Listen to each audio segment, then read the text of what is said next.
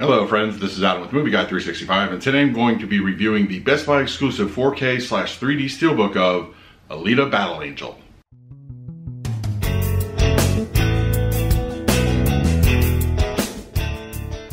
If you're new to the channel, please hit the like button, subscribe, hit that bell notification. I put out videos every single day. You can also find me over Twitter and Instagram at Movie Guy 365.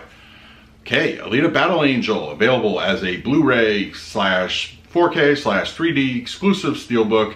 Also available in that combo pack at your local retailers. But I kind of really dig the Steelbook. I think it's a nice piece of artwork on the front. Nothing really on the back, just a nice black matte finish. But so normally when I do a review, I just go straight into the review, give you my thoughts and how the 4K or whatever picture looks. But because this is a combo pack, I'm going to break this up into sections. So first I'm just going to give you my overall impressions of the movie and those comments, and then I'm going to jump into a 4K section, and then I will jump into the 3D section, and then I'm going to talk about which I feel is the preferred version of the film. So I'm going to note those chapter times in the description of this video, so if you want to just skip ahead to the 3D review or so forth and so on, just be aware that those times will be listed in the description. Alright, so let's start out about my impressions of the film. I was a big fan of the film when I saw it in a Dolby 3D cinema. I felt the picture was absolutely gorgeous. The 3D effects are some of the best I've seen in recent memory. They just look fantastic. Everything jumped on the screen. You could tell from the beginning that this movie was made for 3D. And not a lot of movies are made that way anymore. A lot of times it's post-conversion, and so you get a lot of flatness and that kind of thing in movies today. But Alita Battle Angel was pure 3D from start to finish. I really enjoyed it quite a bit, and I couldn't wait to get my hands on this one. So now we're going to talk about the 4K picture and the audio. 4K picture, I feel, has a very filmic look. There's a great deal of color, HDR/Dolby Vision, just makes everything pop off the screen really, really nicely. But it's not the best I've ever seen as far as Dolby Vision goes, or even HDR. The picture has an inherent dimness to it, which gives it that more filmic look to it. But I feel that any time that there's an abundance of color, I've definitely seen better. But it still looks really, really nice. Several scenes at the beginning of the movie, of course, when they're walking around the city, there are fair amounts of pop of color. And of course, anytime you see, the human half cyborgs walking around and they have some sort of, lighting effects, or that kind of pops up, and that's where your HDR and Dolby Vision really kick in. Also, blackness levels are really, really deep and nice. I felt it looked very, they're very deep. But as I said, I don't feel the 4K picture quality is reference. I have definitely seen better recently, but it is a nice image to look at. If you don't have, Dolby Vision, your HDR is going to look fantastic as well. I think the levels of detail. Now, if you look at chapter 2 in specific, when Alita wakes up in her bed, you can see a really close up over her face, and it has a nice softness look to it, which you're thinking, oh, well, where's the detail? Well, because of her nature of who and what she is, it tends to have a softness. But if you look at the arm and the etchings on the robotics, those stand out really, really well. When you look at the human counterparts, they look fine. The detail is really there. It's nice. Christoph Waltz at the beginning, of course, and his assistant are there, and you get a good A and B comparison and contrast to what you're getting from Alita versus just the human characters on the screen. As I said, it is not the best looking HDR/Dolby Vision picture I've ever seen. It wasn't something revolutionary, but it looks very, very nice. Now, audio-wise, we are given a nice, hefty Dolby Atmos track. The Atmos is really good as well. It really kicks in, of course, on any action scenes, and particular when there's things flying around overhead, which would play more into a 3D viewing. But you get the nice whooshes and things like that through the rear speakers, but I didn't detect a whole lot of ambient sound, and that kind of surprised me. But it is a very nice, healthy Atmos track. It really sounds good. I enjoyed it quite a bit, actually. But once again, I don't feel it fell under a reference quality. I read somewhere that they try to cram everything on a 66 gig disc, or as far as like space-wise goes, maybe 100 could have served it a little bit better. But it's a ample surround track as far as Atmos goes. but it's once again not reference quality on the turn, you know, on the league of something like Overlord or First Man. I believe those are nice reference quality discs from 2019. Just go back and check. But yeah, it's a very nice track. All right, that's going to do it for the 4K edition. I'm going to jump right into the 3D. So, all right, so here we go. Now, as I mentioned earlier, I initially saw this movie in a Dolby Cinema 3D. I was very, very impressed. It's a experience to go see a movie like this in the best possible screen and format. Now, when we bring it home, of course, that all is not going to transfer over to the 3D quality. But, you know, that being said, I still feel that this is an amazingly detailed 3D image. We have layers, we have depth, we have 3D pop-outs. It's an all-encompassing 3D picture.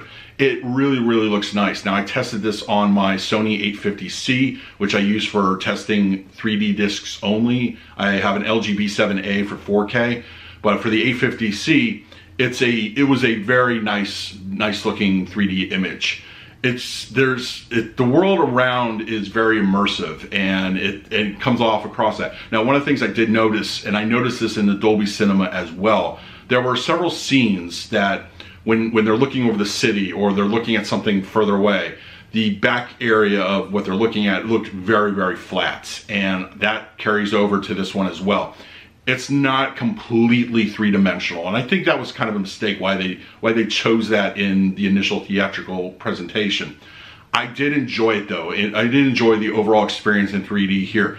It's really nice. Pop out everything you want, I think, is here for you. If you are a fan of the 3D format, you have a lot to be happy about. It's a beautiful looking picture overall.